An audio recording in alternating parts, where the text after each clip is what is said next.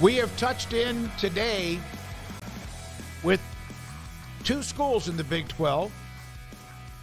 And we're not done because Jed Drenning joined us many times, sideline analyst for West Virginia football, joined us on 365 Sports. Jed, thank you very much for your time. Last year, Neal Brown in West Virginia had a chip on their shoulder. He said it, told us at Big 12 Media Days. That can't be the case this year, but coaches find ways to kind of get an edge. What is the rallying cry for them this year? Yeah, Smokey, you're right. It's difficult to replicate being picked 14th in a 14-team league, right? I mean, that kind of jet fuel doesn't come along often. But I have spent the off season trying to petition my fellow media members to do what they can to make sure that we get picked dead last in the league going into this year once again. But I don't think that's going to work. I don't know if many are going to pick us to win it, but I get the sense that most will pick us to be in the mix. So I think what we have to be is a group of self-motivators. I think we are.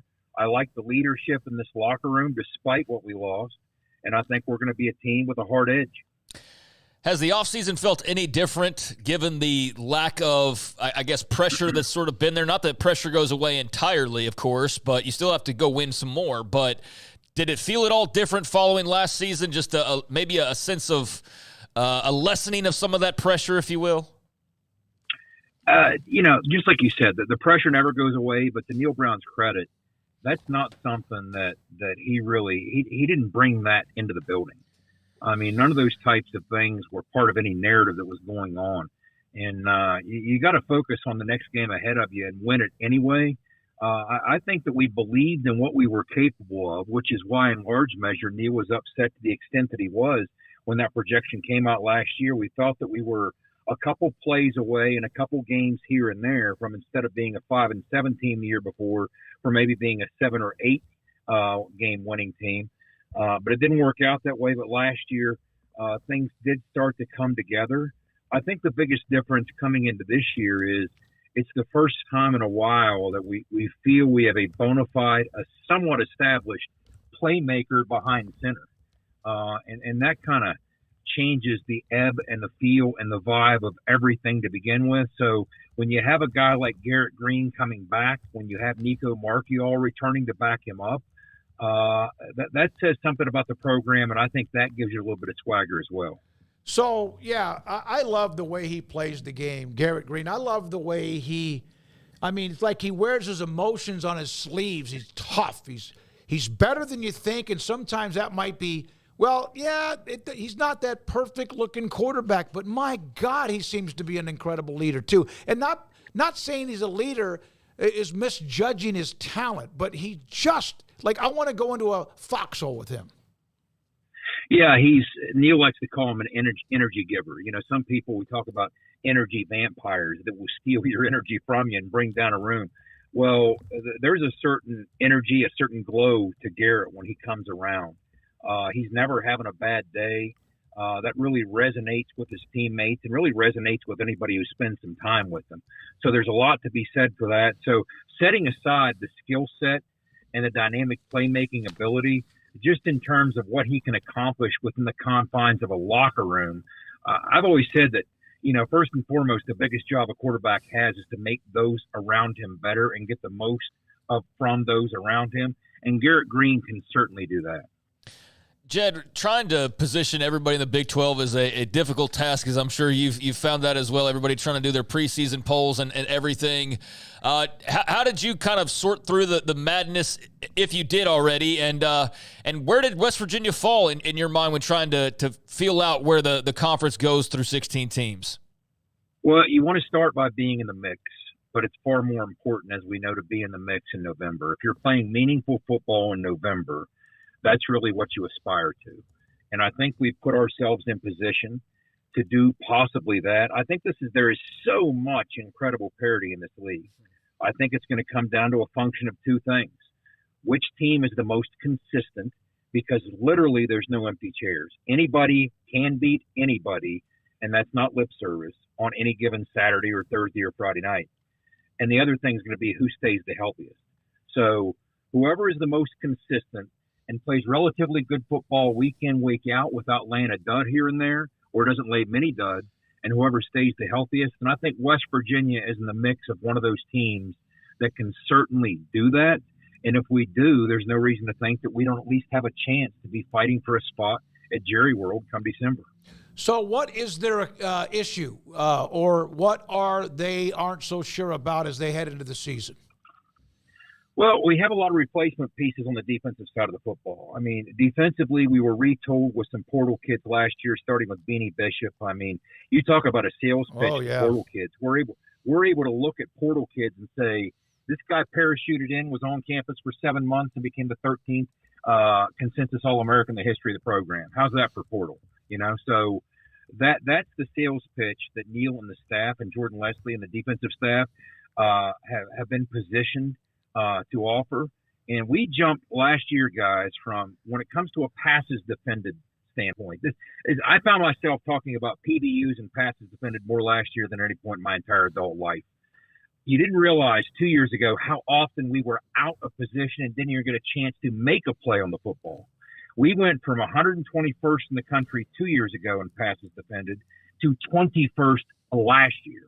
So in large measure, that was because of Beanie Bishop and what he brought to the table. So now the question is, can one of these new portal kids, in addition to what we return, fill that void? And we like to think we're a little longer, we're a little more athletic on that defensive back end, and maybe we can do that. The other question mark would be, last year we surprised a lot of people with our robust depth on the defensive line. Now, we still feel we can be very productive with our top unit and even our top couple units. But guys, last year we sometimes went 8, 9 deep, cycling guys in and out without missing a beat. I'm not so sure the composition of this defense will be the same as that. So we're going to have to make up for it in other ways. And we feel, for instance, that maybe this linebacker room, which has a real chance to be potentially not just the strength of the defense, but maybe the strength of the team, we'll see. So those are the things that have to fall into place for us. Now, on the offensive side, you don't replace Zach Frazier. You certainly don't replace him or Doug Nestor. But we had 7 guys start games up front on the offensive line last year. We returned 5 of them. We do feel that the anchor of this unit is a potential first-round pick at left tackle in Wyatt Milam. He's the new leader of that group. So we're confident with where things are there. A lot of young receivers returning, including Cole Taylor and the production he brought at tight end. We brought some additions in the portal on the perimeter. It's just a function of how many of these things are going to fall into place. I do think we're expected to take another step offensively. I don't know if we'll be expected to do so defensively, but I think we can. Jed, I had a question from S. Michael DeHart, huge West Virginia fan. We've got a lot of Mountaineer fans who are a part of our audience. When will they unveil the Coal Rush uniforms? Is there a specific week or a game you think they'll do that? There's not. Part of the Thunder, there was a great debate among Mountaineer fans. Hey, if Penn State's a night game, wouldn't you love to see that? Roll them out then. And then there's some people saying, I don't know about the Penn State game. That's a regional rivalry game. We got to go with the old gold and blue in that one and maybe later. But now it's to the point I'm not sure, because Penn State's a noon kickoff. You're certainly not doing it then. The next week's an FCS opponent, a later kick under the light, sure, but I don't know if you'd do it then. So I think that's kind of up in the air and to be determined. All right, speaking of Penn State, last year when the season began, because there was so much like, man, there's a dark cloud. Is Neal Brown going to survive the year, et cetera? It was 38-15, but it didn't seem that way. Penn State scored late, but it was a game that was very competitive for probably most of it until the last score. And that seemed to give them a little bit of a boost. Does it all kind of ride on the atmosphere of this team based on Penn State, or is that putting too much into one game? I think that could kickstart things for sure. I think one of the big differences, let's start with this. Penn State, as you guys know, is going to be a top 10 team once again. Mm-hmm. They're going to be incredibly deep and talented, most likely a playoff team in this new 12-team format. They're the real deal, absolutely. The biggest difference that I see will be, instead of playing in a sold-out Beaver Stadium in front of 110,000 people, the largest crowd to ever watch West Virginia play a football game, we're going to be playing in front of a sold-out Mountaineer field. Now, noon or no noon, don't read too much into that. It's going to be an electric atmosphere. You're going to spend all summer hearing about this as Fox promotes it. It's going to be a big deal. Mountaineer fans are certainly going to be the 12th man and have this team's back. on August 31st against a very talented Penn State team. But a couple things to look at. Last year, despite all the talent and depth on the Penn State defense, we were still able to somewhat effectively run the football. Ran for 140 yards plus. Smokey, as you talked about, it was a ball game well into the third quarter. It was 14-7. The problem that we encountered, we did what you can't do in that type of environment against that kind of team, and we blinked. We had a penalty, bring back a 20-plus yard run. That stole our mojo. The next thing you know, they drove down and scored and started to separate, and it was a different ball game. But we can't let those types of things happen. We're a double-digit underdog at Mountaineer Field, or at least at this juncture we are. The last two times we were a double-digit underdog at Mountaineer Field, we actually won the game. So interesting vibe to this football game against an incredibly talented Penn State team. I mean, this would be the signature marquee win that Neal Brown and this group would love to have, no doubt about it. Any thoughts, and I know it's all very much unofficial stuff, and it's just maybe trial balloons being floated by the conference office, who the heck knows, but any thoughts on just some of the stories involving the Big 12 last week, the renaming and the private equity thing? It's very complicated. I don't pretend to know all the ins and outs of that, but any particular thoughts on just your mark kind of going for it all, going for things to make the conference better, although there might be some pushback on that? There's certainly going to be some pushback because not everybody's ready to embrace these changes that, for good or for bad, are necessarily taking place. But in a power structure of college football, which is where we currently reside, with in effect a power two. I mean, let's be real about this. When you look at the financials of the SEC and the Big Ten, it's a power two. So others are trying to scramble to best position themselves as that next league in. And I think really the Big 12 and Yormark have done a better job than anybody else at doing that and filling that vacuum.